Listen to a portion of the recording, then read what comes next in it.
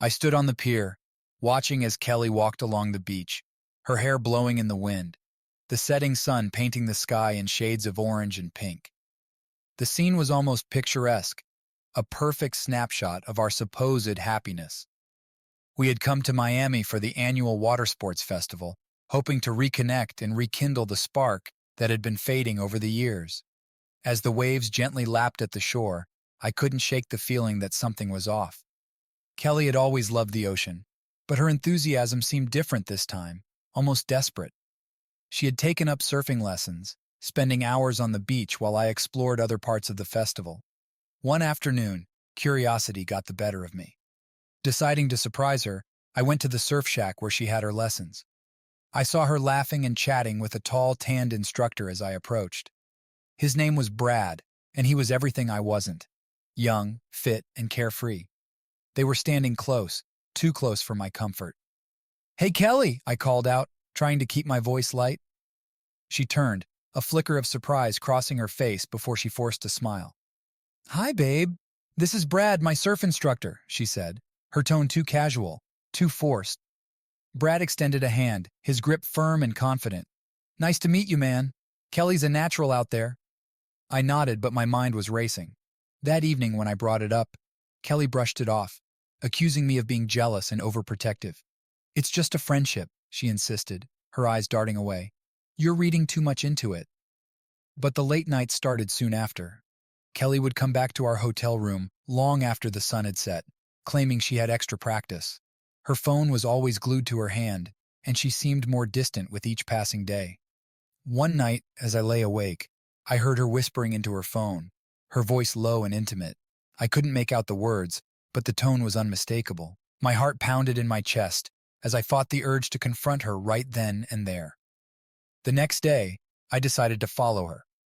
She left for the beach as usual, but instead of going to the surf shack, she met Brad at a small cafe down the shore. They sat close, their heads bent together in deep conversation. When they left the cafe, I saw Brad wrap his arm around her shoulders, pulling her into a quick kiss. That evening, I couldn't hold back any longer. "Kelly, we need to talk," I said, as soon as she walked through the door. Her eyes flashed with irritation. "About what?" "About Brad. I saw you two today." Her face paled, but she quickly regained her composure. "It's not what you think, Mike." "Then what is it?" I demanded. "Because it sure looks like you're having an affair." She took a deep breath, her eyes filling with tears. "Mike, I don't know how to say this. I'm in love with Brad. I think we need a divorce." The words hit me like a punch to the gut. I stood there speechless as she packed her bags and left the room. That night I wandered down to the beach, hoping to find some clarity in the crashing waves. Instead, I found Kelly and Brad sitting by a bonfire, wrapped in each other's arms. It was then that I knew our marriage was truly over. In the days that followed, I tried to make sense of it all. Staying at the festival, I decided to immerse myself in something new: surfing. It was a way to distract myself, to feel alive again. It was there that I met Sarah, a diving instructor with a kind smile and a patient heart. She helped me find my footing, both on the board and in life. Returning home after the festival, I filed for divorce and started to rebuild my life. The experience in Miami had changed me, and though the pain of Kelly's betrayal still lingered, I found hope in new beginnings. This was the start of a new chapter, one where I could finally find peace and happiness on my terms. I stared at the divorce papers on the coffee table, feeling the weight of every word. It was surreal to think that my marriage to Kelly, which had once been so full of love and promise, had come to this. The festival in Miami was meant to be a fresh start, a way to reconnect and find each other again. Instead, it had revealed the cracks in our foundation. Reflecting on the weeks leading up to the festival, I remembered the first signs that something was wrong. Kelly had been distant for months. Her laughter was less frequent, her touch less tender. I thought the trip might help us find our way back to each other. How naive I had been. The day after our confrontation, I tried to focus on the festival activities. The air was filled with excitement and energy, but I felt like an outsider looking in. I wandered through the bustling crowd, feeling lost and disconnected. Everywhere I turned, couples were enjoying the festivities together, a painful reminder of what I had lost. I decided to join a surfing class, hoping the physical exertion would distract me. The instructor, a cheerful woman named Sarah, welcomed me with a warm smile. Her easygoing demeanor put me at ease, and for a while, I was able to forget my troubles. As I paddled out into the waves, I found a strange sense of peace. The ocean had a way of washing away the noise in my head, leaving only the rhythm of the surf and the sound of my breath. I wiped out more times than I could count, but each fall into the water felt like a small baptism, a chance to start over. After the lesson, Sarah and I struck up a conversation. She had a way of listening that made me feel understood, something I hadn't felt in a long time.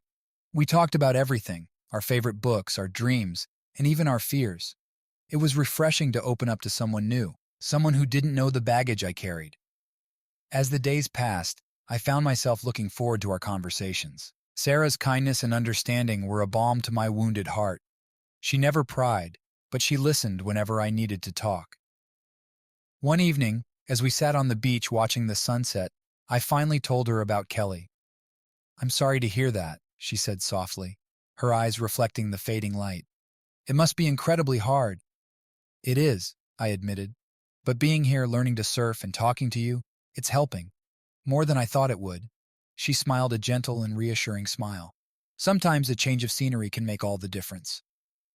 Meanwhile, Kelly and Brad were inseparable. I saw them everywhere, holding hands at the beach, laughing together at the cafe, their bodies entwined as they surfed the waves.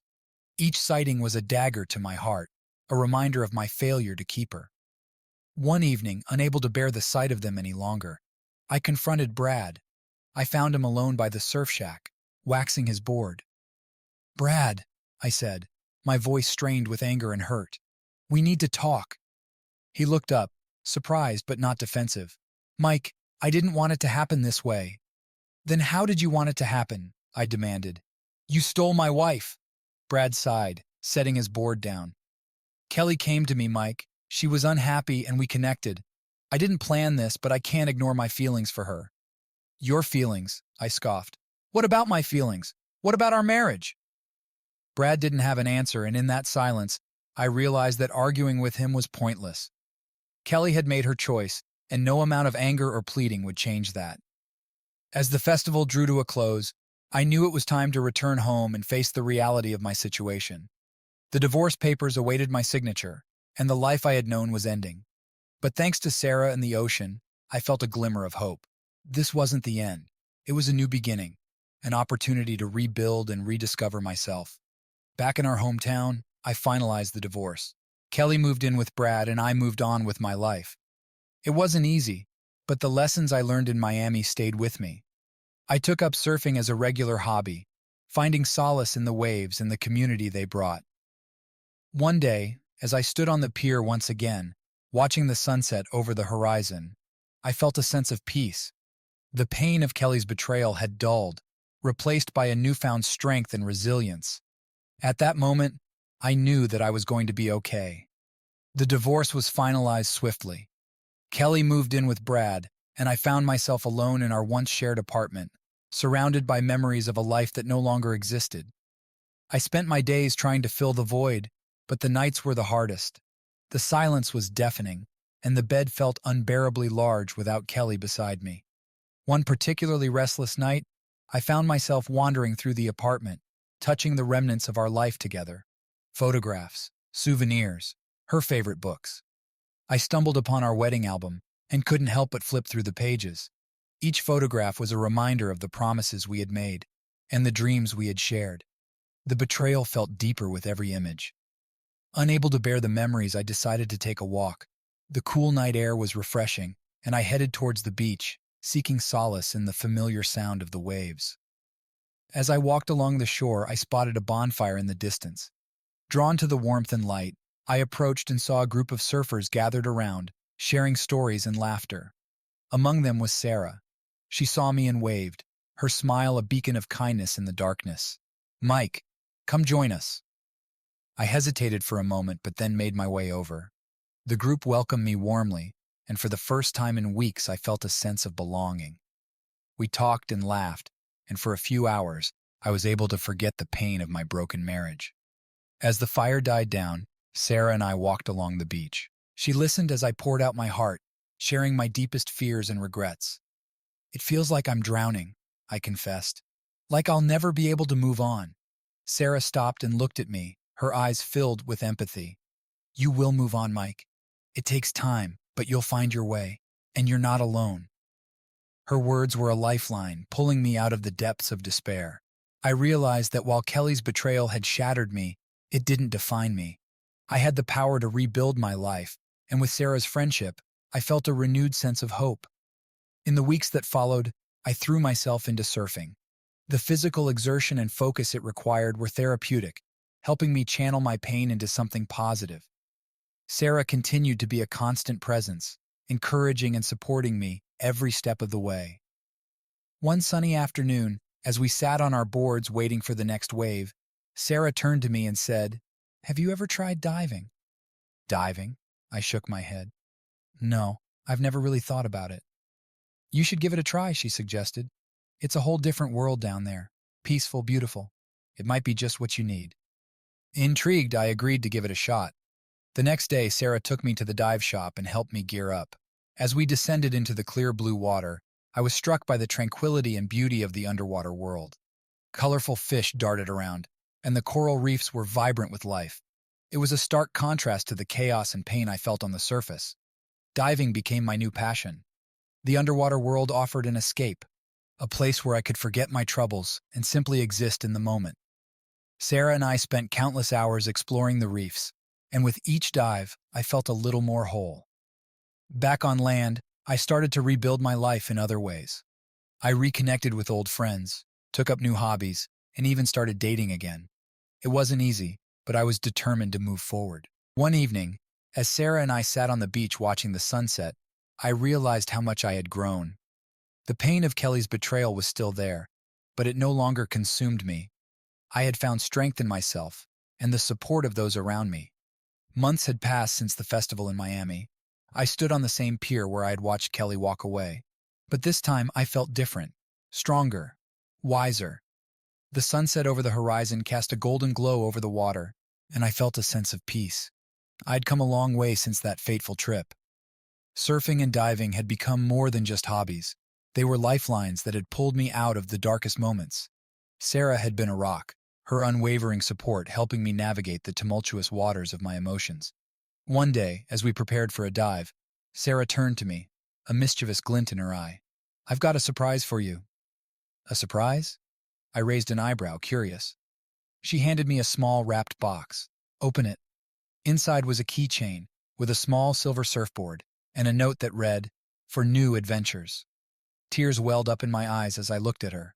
"Thank you, Sarah, for everything." She smiled, her eyes twinkling. "You've come so far, Mike. I'm proud of you."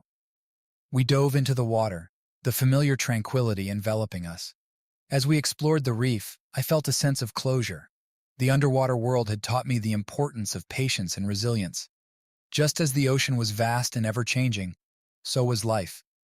And just as the waves would always return to the shore, I had found my way back to myself. Emerging from the water, I felt a weight lift off my shoulders. I knew that the future was uncertain, but I was no longer afraid. I had faced my deepest fears and come out stronger on the other side. Back on the beach, Sarah and I sat in the fading light, the waves gently lapping at our feet. "What's next for you, Mike?" she asked. I looked out at the horizon, a sense of excitement bubbling up inside me. "I'm not sure, but whatever it is, I'm ready." With Sarah by my side and the lessons I had learned, I felt prepared to face whatever came next. This was a new beginning, a chance to create a life filled with adventure, love, and happiness. As the sun dipped below the horizon, I knew that the journey ahead would be challenging, but I was no longer the man who had stood on this pier months ago, broken and lost.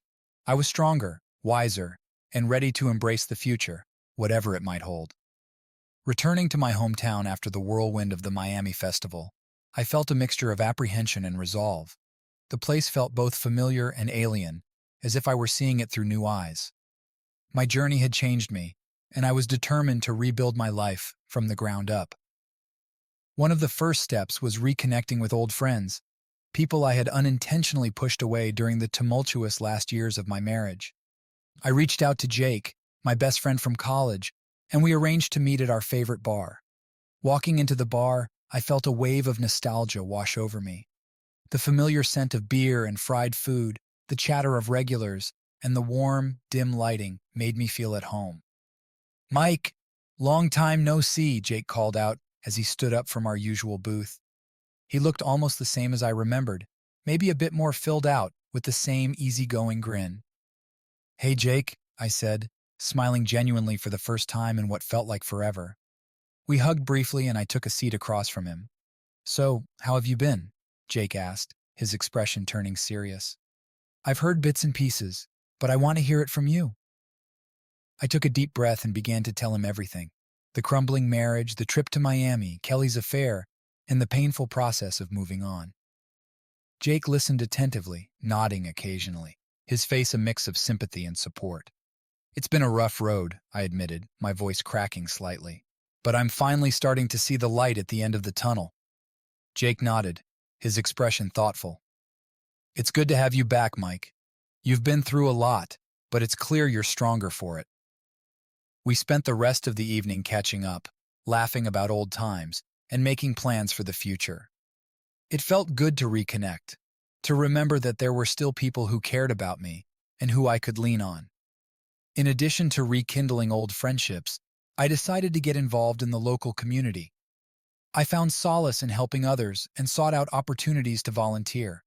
One day, I stumbled upon a youth center that offered various activities for kids. They were looking for volunteers to help teach sports and other skills. Remembering how much surfing had helped me, I offered to teach the kids how to surf. The director of the center, a kind woman named Laura, welcomed me enthusiastically.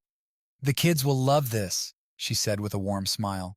"Surfing is such a great way to build confidence and have fun." The first day at the youth center was a bit nerve-wracking. I wasn't sure how the kids would react, or if I would be able to connect with them. But as soon as we hit the beach, all my doubts faded away. The kids' excitement was contagious, and I found myself laughing and cheering them on as they tried to catch their first waves. One boy in particular, Tyler, stood out. He reminded me of myself at his age, full of potential but lacking direction. Tyler was shy and reserved, but I could see the spark in his eyes when he finally stood up on his board for the first time. His grin was infectious, and I knew I had made a positive impact. Volunteering at the youth center became a regular part of my routine. It was rewarding to give back and to feel like I was making a difference. Each day I saw the kids grow more confident and skilled, and their progress filled me with pride. One evening, as I sat with Jake in our usual booth, I reflected on how far I had come.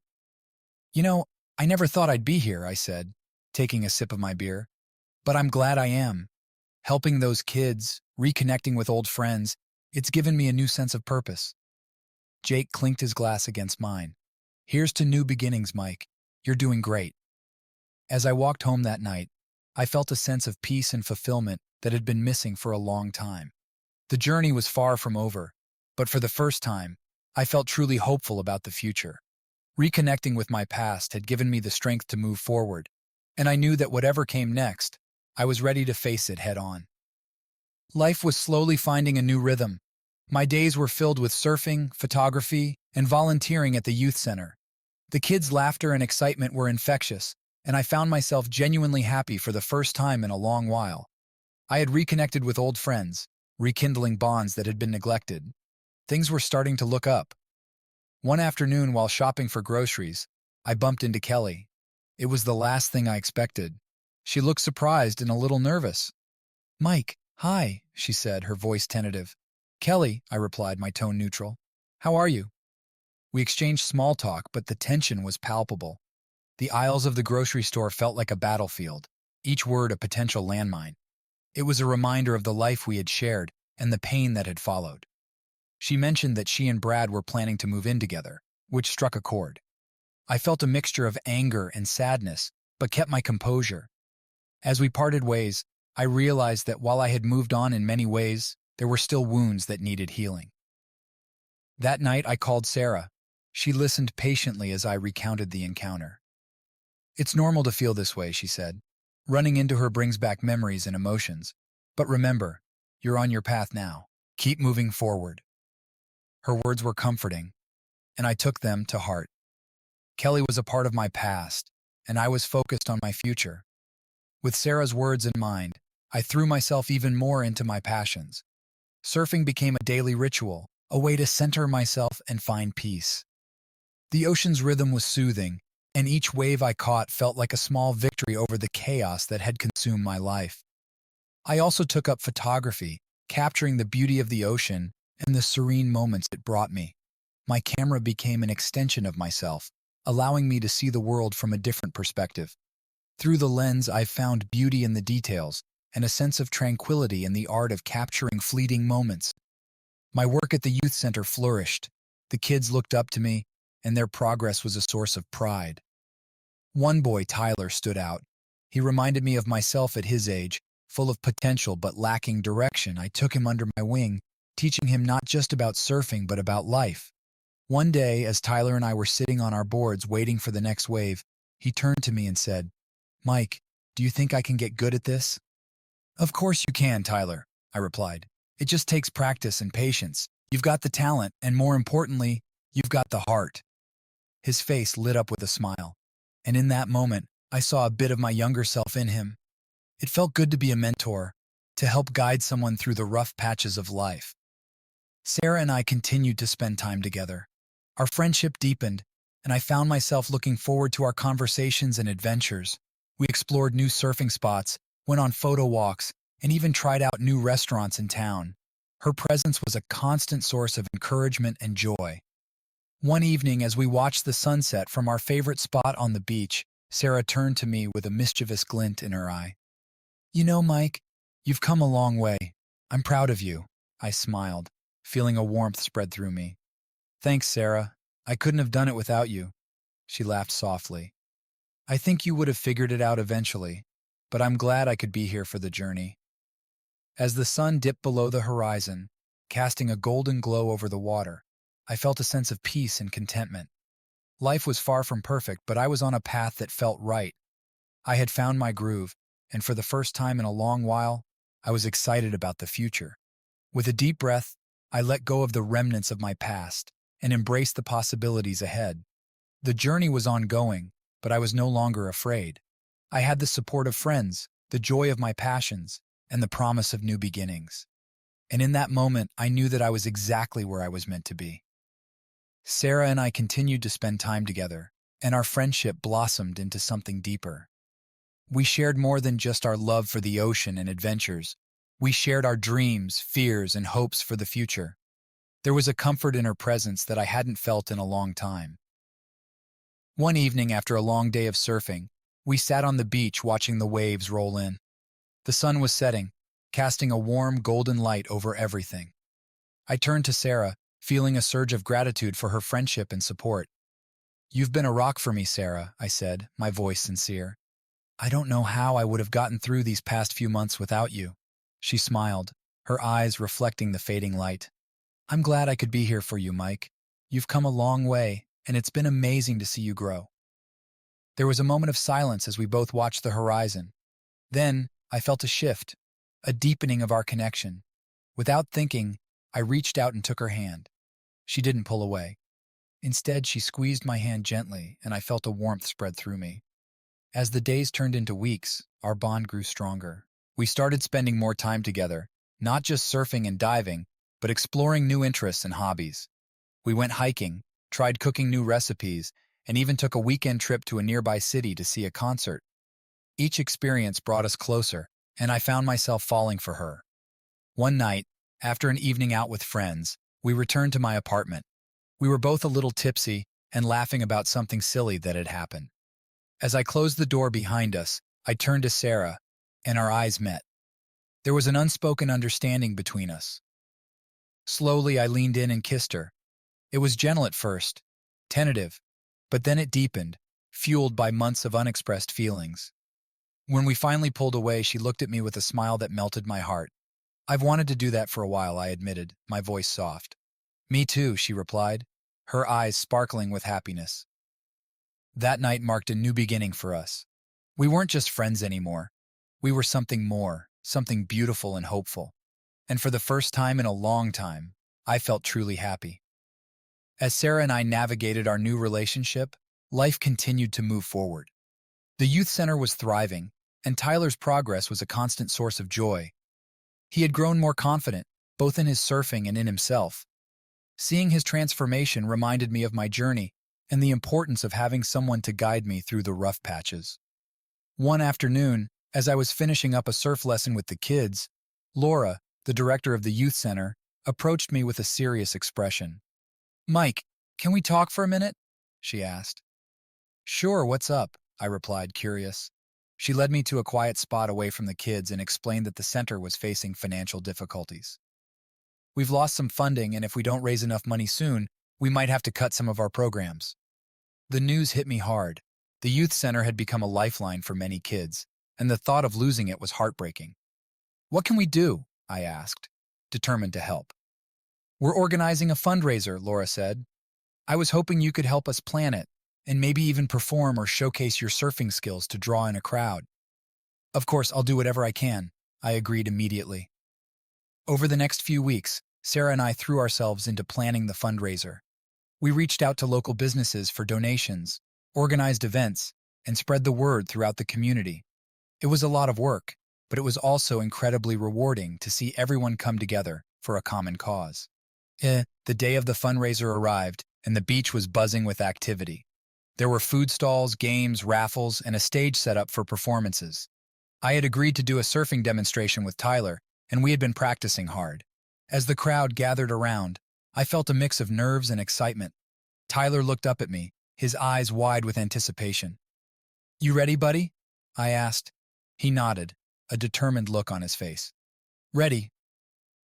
We hit the waves, and the crowd cheered as we performed our routine. Tyler nailed every move, and I couldn't have been prouder. When we finished, the applause was thunderous. Tyler beamed, and I knew that we had done something special. The fundraiser was a huge success. We raised enough money to keep the youth center running and even expand some of our programs. The sense of accomplishment and community was overwhelming, and I realized just how far I had come. That night, as Sarah and I sat on the beach watching the stars, I felt a deep sense of contentment. Life was still full of challenges, but I had found my way through them with the support of friends and the strength I had discovered within myself. "I'm proud of you, Mike," Sarah said, resting her head on my shoulder. "Thanks, Sarah. I couldn't have done it without you," I replied, feeling a swell of gratitude. As we sat there, wrapped in each other's arms, I knew that whatever came next, we would face it together. And for the first time in a long time, I felt truly at peace. With the success of the fundraiser behind us, life returned to its new normal. The youth center was thriving, and Tyler continued to excel both in surfing and in his personal growth. Sarah and I were happy, enjoying our relationship and the sense of stability we had built together. However, peace was short-lived. One day, while I was at the grocery store, I overheard a conversation between two women in the aisle. They were talking about Kelly, and what I heard made my blood run cold. "Did you hear? Kelly's seeing someone else now," one of the women said. "Really? I thought she was with that diving instructor," the other replied. "She's moved on to another guy, some lawyer she met at the gym." I tried to shake off the unease that settled over me as I walked away, but the rumors about Kelly brought back painful memories and stirred up emotions I thought I had put to rest. That evening, as Sarah and I were having dinner, I couldn't keep my thoughts to myself any longer. "I ran into Kelly today," I started, my voice tense. Sarah looked up, concern in her eyes. "What happened?" "Nothing directly. I overheard some people talking about her. She's seeing someone new." Sarah reached across the table and took my hand. "How does that make you feel?" I sighed, running a hand through my hair. "I don't know. I thought I was over it, but hearing about her moving on so quickly, it brought back a lot of old feelings." "It's understandable," Sarah said gently. "It's hard to hear about someone you loved moving on, especially after everything that happened. But remember, you're on your path now. You've made so much progress." Her words were a comfort, but the old wounds still ached. I realized that healing wasn't always a linear process. There would be setbacks and challenges, but I had to keep moving forward. The rumors about Kelly continued to haunt me over the next few days. I found myself distracted and distant, unable to fully focus on anything. Sarah noticed and tried to support me, but I knew I needed to confront my feelings head on. One afternoon, I decided to visit the beach where Kelly and I used to go. It was a place filled with both happy memories and the pain of our final days together. As I walked along the shore, the waves crashing at my feet, I felt a mix of nostalgia and sorrow. I sat down on the sand watching the horizon and allowed myself to reflect on everything that had happened. The good times, the bad times, and everything in between. It was a bittersweet process, but I knew it was necessary. As the sun began to set, I heard footsteps approaching. I turned to see Kelly standing a few feet away. She looked surprised to see me, but walked over and sat down beside me. "Mike," she said softly, "I didn't expect to see you here." "Yeah, me neither," I replied, not looking at her. "I just needed to clear my head." We sat in silence for a while, the sound of the waves filling the space between us. Finally, Kelly spoke. "I'm sorry for everything, Mike. I know I hurt you, and I've regretted it every day." I took a deep breath, the words I had been holding in for so long finally finding their way out. "I've been through a lot since then, Kelly. I've had to rebuild my life from the ground up, and it hasn't been easy." "I know," she said, her voice trembling. "I've made mistakes, and I'm trying to move forward too. I wanted you to know that I'm truly sorry." Hearing her apology brought a sense of closure that I hadn't realized I needed. "I appreciate that, Kelly. I've learned a lot from everything that happened, and I think, in a way, it's made me stronger." We talked for a while longer, sharing our experiences and reflecting on our past. It was a difficult conversation, but it was also healing. By the time we parted ways, I felt a weight lift off my shoulders. When I returned home, Sarah was waiting for me. She looked at me with concern, and I gave her a reassuring smile. "I talked to Kelly," I said, "and I think I'm finally ready to let go of the past." Sarah hugged me tightly. "I'm proud of you, Mike. You've come so far." As I held her close, I knew that I had turned a corner. Confronting my past had been painful, but it had also set me free. I was ready to embrace my future, with Sarah by my side and a renewed sense of hope in my heart. Life with Sarah continued to be a source of joy and stability. We navigated the ups and downs of our relationship with open communication and trust, and our bond grew stronger with each passing day. But just as we were settling into a rhythm, a new challenge arose. One evening, as we were enjoying a quiet dinner at home, I received a call from Laura, the director of the youth center. Her voice sounded urgent, and I could tell something was wrong. "Mike, we've hit a snag with our funding," Laura explained.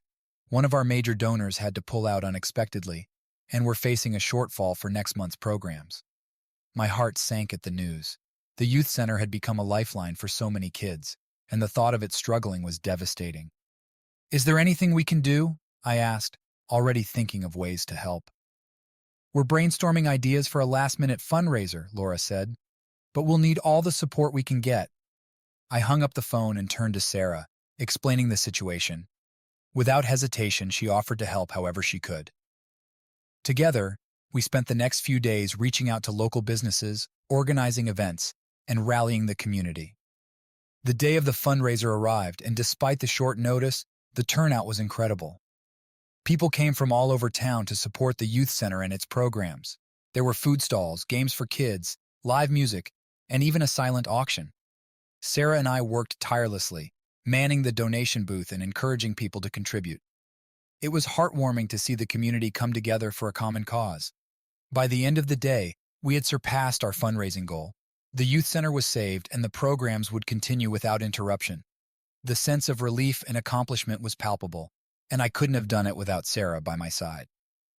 As we watched the sunset from the beach that evening, exhausted but happy, I realized just how much Sarah meant to me. She was more than just a partner. She was my rock, my confidant, and my biggest supporter.